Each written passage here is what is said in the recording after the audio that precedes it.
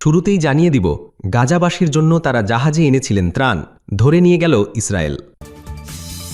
এরপর রয়েছে যুদ্ধবিরতির আলোচনায় সম্মত থাইল্যান্ড ও কম্বোডিয়া, জানিয়েছেন ট্রাম্প।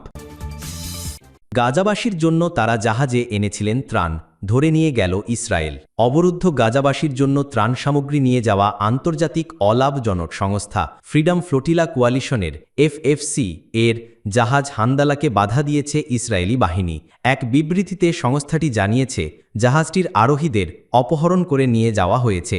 ওই সময় জাহাজটি গাজা উপকূল থেকে প্রায় 40 নটিক্যাল বা 47 কিলোমিটার দূরে আন্তর্জাতিক জলসীমায় ছিল। বিবৃতিতে এফএফসি জানায়, ইসরায়েলি বাহিনী জাহাজটিতে থাকা সব ক্যামেরা বন্ধ করে দিয়েছে। স্থানীয় সময় গতকাল শনিবার রাত 11:15টার দিকে এ ঘটনা ঘটে। এরপর থেকে জাহাজটির সঙ্গে সংস্থাটির আর কোনো যোগাযোগ নেই। বিবৃতিতে আরও বলা হয়েছে, হান্দালা নামের জাহাজটি গাজাবাসীর জন্য জীবন রক্ষাকারী সামগ্রী নিয়ে গিয়েছিল। এর মধ্যে শিশু খাদ্য, ডায়াপার, খাবার, ওষুধ ছিল। ইসরায়েলি বাহিনী জাহাজটির আরোহীদের অপহরণ করে নিয়ে গেছে। জব্দ করা হয়েছে জাহাজে থাকা মালপত্র।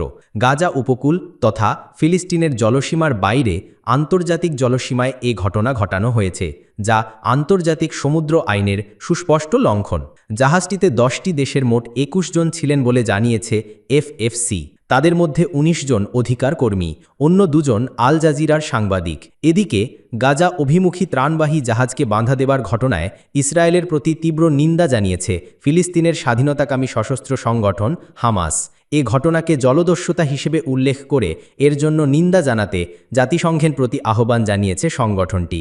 এক বিবৃতিতে হামাস বলেছে, আমরা জাহাজে থাকা অধিকার কর্মীদের নিরাপত্তাহীনতার জন্য নেতানিয়াহু সরকারকে দায়ী করি। সেই সঙ্গে গাজায় অবরোধ না তুলে নেওয়া পর্যন্ত এসব ত্রাণবাহী জাহাজের কার্যক্রম চালিয়ে যেতে দিতে আহ্বান জানায়। আন্তর্জাতিক অধিকার কর্মীদের সাহসের প্রশংসা করে বিবৃতিতে হামাস বলেছে, ইহুদিবাদীদের হুমকি থাকা সত্ত্বেও তাদের বার্তা আমাদের জনগণ এবং বিশ্বের কাছে পৌঁছেছে। যুদ্ধবিরতির আলোচনায় সম্মত থাইল্যান্ড ও কম্বোডিয়া, জানিয়েছেন ট্রাম্প।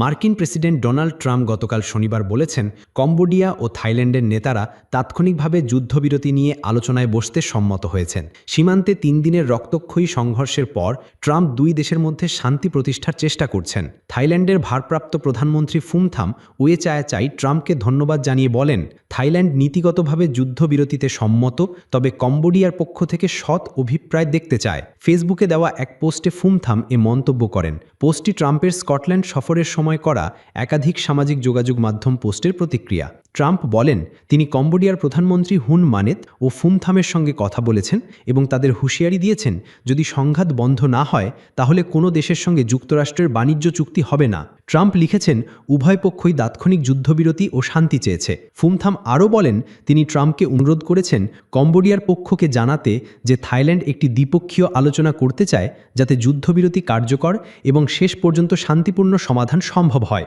গত 13 বছরের সবচেয়ে ভয়াবহ এই সংঘাতে এখনও পর্যন্ত 30 জনের বেশি নিহত হয়েছে এবং 1,30,000-এর বেশি মানুষ বাস্তুচ্যুত হয়েছে। ট্রাম্পের হস্তক্ষেপের আগে থাই কম্বোডিয়ার সীমান্তে সংঘর্ষ 3য় দিনে গড়ায় এবং নতুন নতুন এলাকায় উত্তেজনা ছড়িয়ে পড়ে। উভয় পক্ষই বলেছে তারা আত্মরক্ষার্থে প্রতিক্রিয়া দেখিয়েছে এবং অপর পক্ষকে যুদ্ধ বন্ধ করে আলোচনায় বসার আহ্বান জানিয়েছে। জাতিসংঘের মহাসচিব আন্তোনিও গুতেরেস এই সংঘাতে গভীর উদ্বেগ প্রকাশ করেছেন এবং উভয় পক্ষকে যুদ্ধবিরতি